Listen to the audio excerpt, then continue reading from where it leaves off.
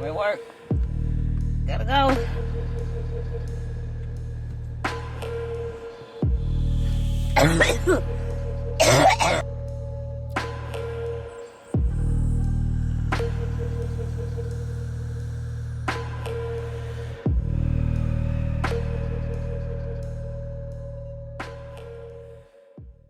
A potential witness in a horrifying kidnapping and rape case in Missouri has been found dead.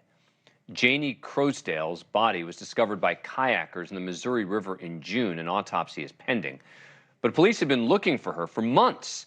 They consider her a key witness in the case against Timothy Haslett Jr. In the basement of a Kansas City home, police officers found 3 large barrels. What was inside would shock even the most experienced detectives. Human remains, decomposed beyond recognition. But this wasn't just a body dump. This was something much worse. Someone had been keeping these barrels like trophies. The question wasn't just who died here. It was how many victims were there, and what kind of monster does this to another human being. The woman in those barrels had a name, Jaynie Crosdale. She was 36 years old, full of life and loved by her family. But Janie's story isn't just about her tragic end. It's about a predator who hunted women like her, a man who turned his basement into a house of horrors. And who is this man? Before we get into this disturbing case, drop a comment and let me know what state you're watching from. Cases like this happen everywhere, and your awareness could save someone's life. Welcome to our channel. Please like this video, share and subscribe to this channel to help raise awareness and spread caution. Born on January 4, 1987 in Kansas City, Missouri to Errol Crosdale and Crystal Smith, Janie was a force of nature from the very beginning. Her family called her J-Bird, and when she walked into a room, everyone took notice. Even though she came from a big family, Janie had this special energy that made her impossible to ignore. As a child, Janie was a spitfire. She and her cousin Nikia, who were the same age, attended Swinney Volker Elementary School together. They were like Batman and Robin. Janie was the popular one, the fastest runner, while Nikia was the quiet one. But they were inseparable partners in everything they did. She was just full of energy and life, her cousin Nikia remembered. She could talk to anybody. She was very charismatic. This wasn't just family being kind. Everyone who met Janie felt this way. She had this natural gift for making people feel special, like they were the most important person in the world when she was talking to them. Janie attended Central Middle and High School, where she competed in track and field for several years. She was known for her superior speed in sprints. That same energy that made her stand out as a child carried over into her teenage years. She accepted Christ at an early age and was baptized at Park Avenue Baptist Church in Kansas City. But life has a way of throwing curveballs, and Janie's came in her late teens or early 20s. Her family doesn't like to talk about the details, but at some point, Janie's life moved from the comfort of her big, loving family to the dangerous streets of Kansas City. The reasons behind this change are complex and private, but what's clear is that Janie began struggling with serious challenges. She became well known along Independence Avenue and Prospect Avenue, areas known for drugs and sex work. Chris Wade, who worked with the Justice Project KC, doing outreach to people on the streets, met Janie about 20 years ago during one of her outreach nights. Janie was a pistol. She was a pistol, Wade remembered. She was very independent, and it was very difficult to offer her help of any kind. Some days we would have a very nice conversation, and other times it's like, "Get away from me, don't bother me." I would say, volatile personality that fits the bill. Janie struggled with mental health challenges and chronically used crack cocaine. Wade and other outreach workers managed to get her into group homes a couple of times over the years and drug treatment once, but nothing seemed to stick. The addiction was too powerful, and the streets kept pulling her back. Janie wasn't evil or cruel.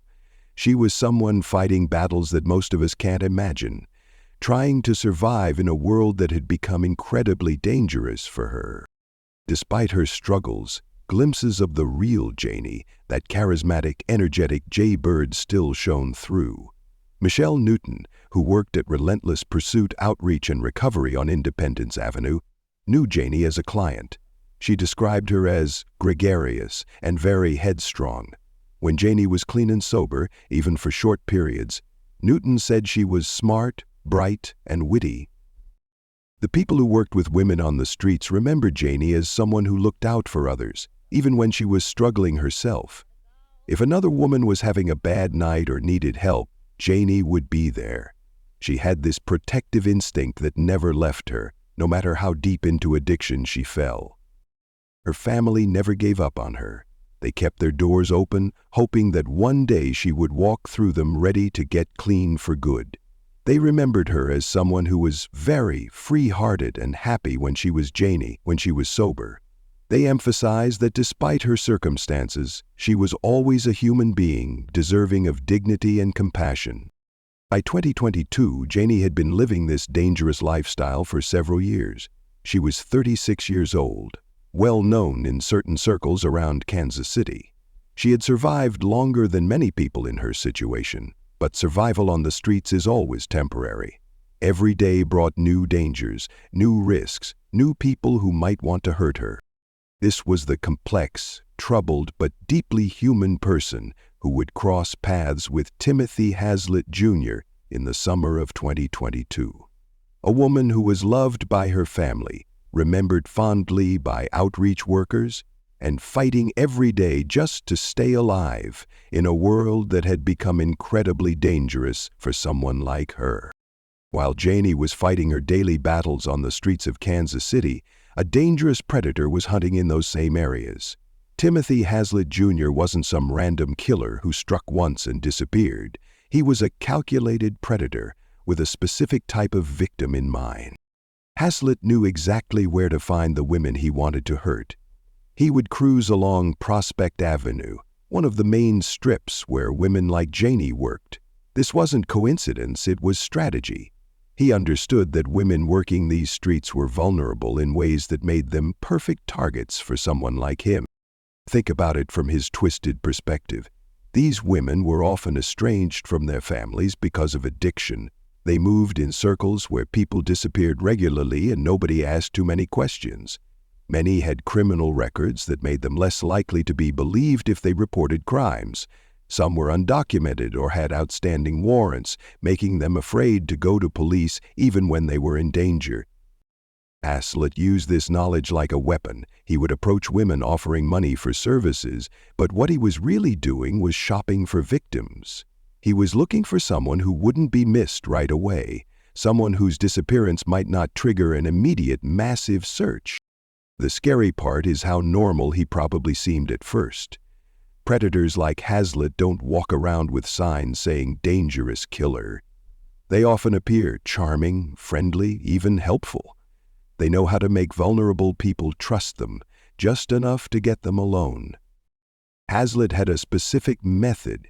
He would pick up women from Prospect Avenue and take them to his home on Charlotte Street in Excelsior Springs, Missouri.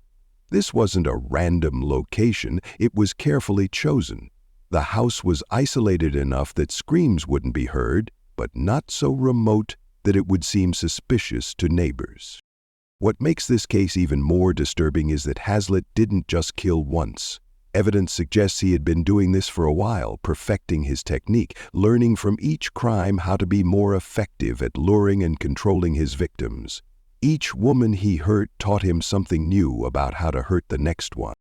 He specifically targeted women who were struggling with addiction because he knew their judgment might be impaired and they might take risks they wouldn't normally take.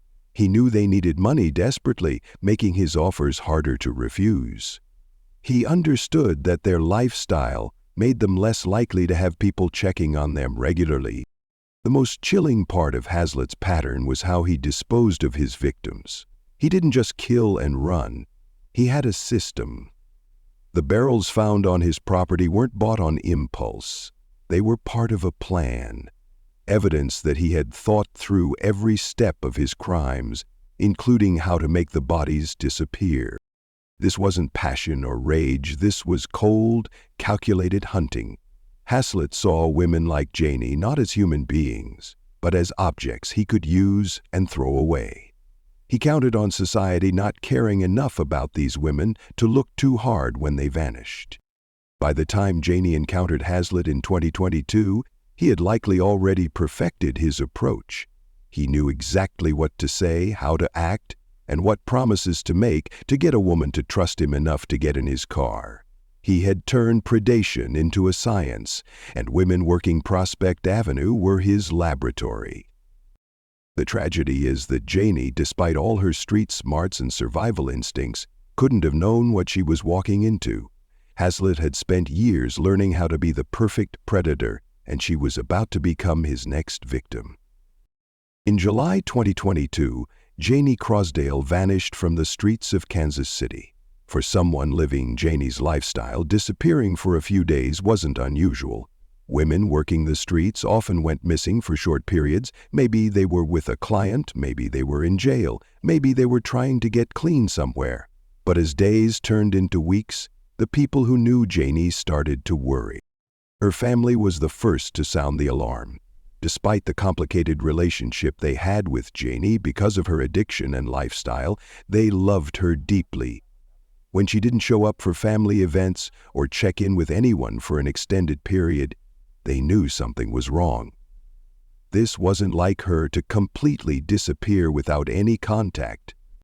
The family filed a missing person report with Kansas City police, but what happened next highlights a serious problem in how missing persons cases are handled in America. When a middle-class white woman goes missing, it often becomes front-page news within hours. Search parties form, media coverage is extensive, and police resources pour into the investigation. But when a black woman with a history of addiction and sex work goes missing, the response is often very different. Janie's case didn't get the immediate attention it deserved. Police treated her disappearance as routine, assuming she would probably turn up on her own like many people in her situation do. There was no massive search, no media coverage, no Amber Alerts. Her case became just another file in an overworked detective's pile. This isn't necessarily because individual officers don't care, it's because of systemic problems in how we value different types of victims. Women like Janie are often seen as less dead than other victims. Society has this unconscious belief that people living dangerous lifestyles somehow deserve what happens to them, or that their deaths are less tragic than others. Chris Wade from the Justice Project KC tried to keep attention on Janie's case. She knew that women like Janie often fell through the cracks of the system, and she was determined not to let that happen. But without family resources or media interest, it was an uphill battle. Meanwhile, Janie's family was doing everything they could to find her. They posted on social media, contacted everyone they could think of, and kept calling police for updates, but weeks turned into months with no real progress. The investigation seemed to stall before it really began. The sad reality is that Janie's case represents a much larger problem. According to the Black and Missing Foundation, Black women make up only about 13% of the population, but account for over 30% of missing persons cases. Yet these cases receive significantly less media coverage and police resources than cases involving white victims. This disparity isn't just about race. It's also about class, lifestyle, and society's judgments about who deserves to be saved. Women involved in sex work, regardless of their race, often find that police don't take their reports seriously. They're seen as unreliable witnesses, and crimes against them are often treated as less important. For months, Janie's family lived in agony, not knowing if she was alive or dead. They held on to hope that maybe she had gotten clean and was starting over somewhere new. Maybe she was in rehab and would call when she was ready. Maybe she was just taking time to get her life together. But deep down, they feared the worst. They knew the streets were dangerous, especially for women like Janie. They knew that predators specifically targeted vulnerable women, and they worried that someone had hurt their jaybird. The investigation into Janie's disappearance might have remained cold forever if not for what happened next. Sometimes in true crime, cases are solved not through brilliant detective work, but through pure chance. And that's exactly what happened with Janie's case. What do you think about how missing persons cases are handled differently? Share your thoughts below. The breakthrough in Janie's case came from an unexpected source, another crime entirely. In October 2022, police were called to Timothy Haslett Jr.'s home for a completely different incident, and what they found there would finally give Janie's family the answers they had been desperately seeking. On October 7, 2022, police received a call that would crack open one of the most disturbing cases Kansas City had seen in years. A woman had escaped from a home in Excelsior Springs, Missouri, and what she told officers was almost too horrific to believe. The woman reported that she had been held captive, sexually assaulted, and tortured by Timothy Haslett Jr. at his home on Charlotte Street. She described being chained up, beaten, and subjected to unspeakable abuse. But her escape and brave decision to report the crime would do more than just save her own life. It would finally bring answers about what happened to Jaynie Crosdale. When police arrived at Haslett's property with a search warrant, they weren't prepared for what they were about to find. The house itself was disturbing enough, evidence of the torture and imprisonment the survivor had described, but it was what they discovered outside that would haunt investigators forever. In the backyard, partially buried and hidden from view, police found several large barrels. The smell alone told them they had found something terrible. When they opened the first barrel, their worst fears were confirmed: human remains in various stages of decomposition. The scene was a nightmare. News that a young woman escaped Timothy Haslett's Excelsior Springs' handmade dungeon in October 2022 had Michelle Newton questioning what happened to her client, Janie Crosdale. These weren't just bodies that had been dumped. They had been deliberately concealed, stored like garbage, in containers designed to hide the evidence of Haslett's crimes. The level of planning and callousness required to do something like this was beyond what most people could imagine. As the investigation continued, more barrels were discovered. Each one contained evidence of Haslett's horrific crimes. The remains were in such poor condition that identifying the victims would require extensive forensic work, including DNA testing and dental records. For the investigators working the scene, this was one of the most disturbing crime scenes they had ever encountered. Seasoned detectives who had seen everything found themselves struggling to process the level of evil they were witnessing. This wasn't just murder, it was the complete dehumanization of the victims. The forensic team worked carefully to preserve every piece of evidence. They knew that these barrels contained not just remains, but the stories of women whose disappearances had gone largely unnoticed by society. Each barrel represented someone's daughter, sister, or mother, who had been reduced to nothing more than evidence in a serial killer's backyard. As DNA results came back, the worst fears of several families were confirmed.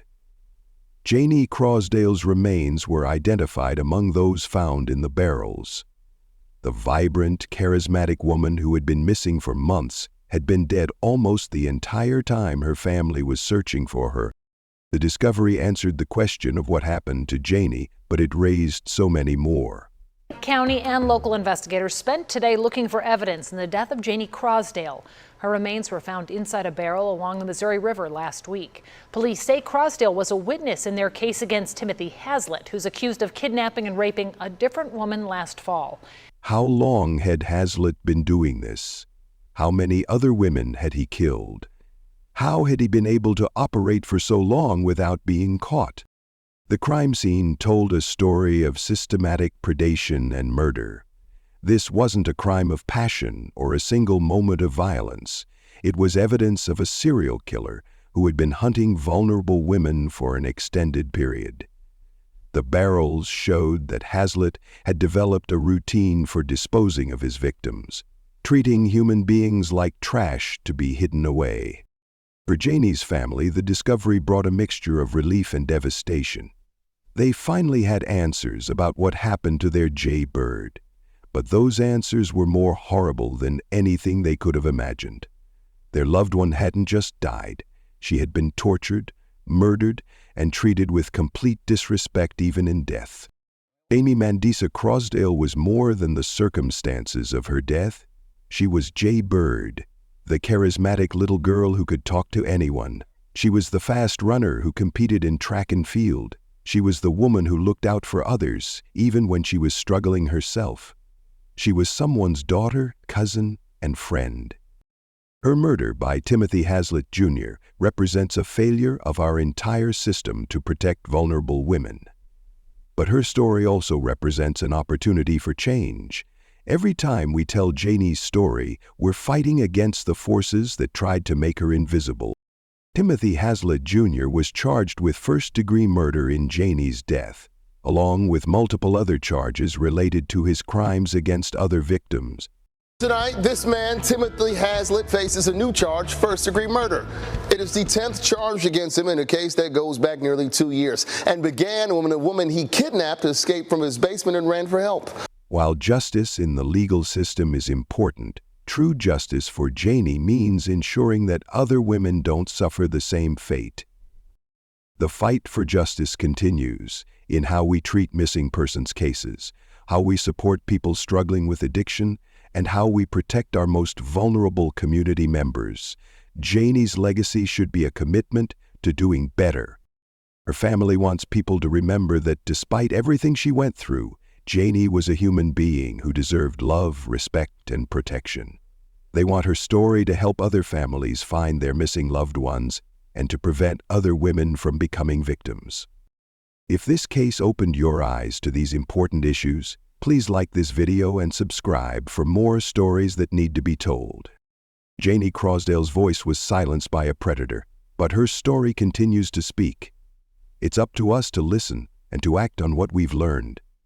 Because every vulnerable person in our community deserves the protection and dignity that Janie should have received.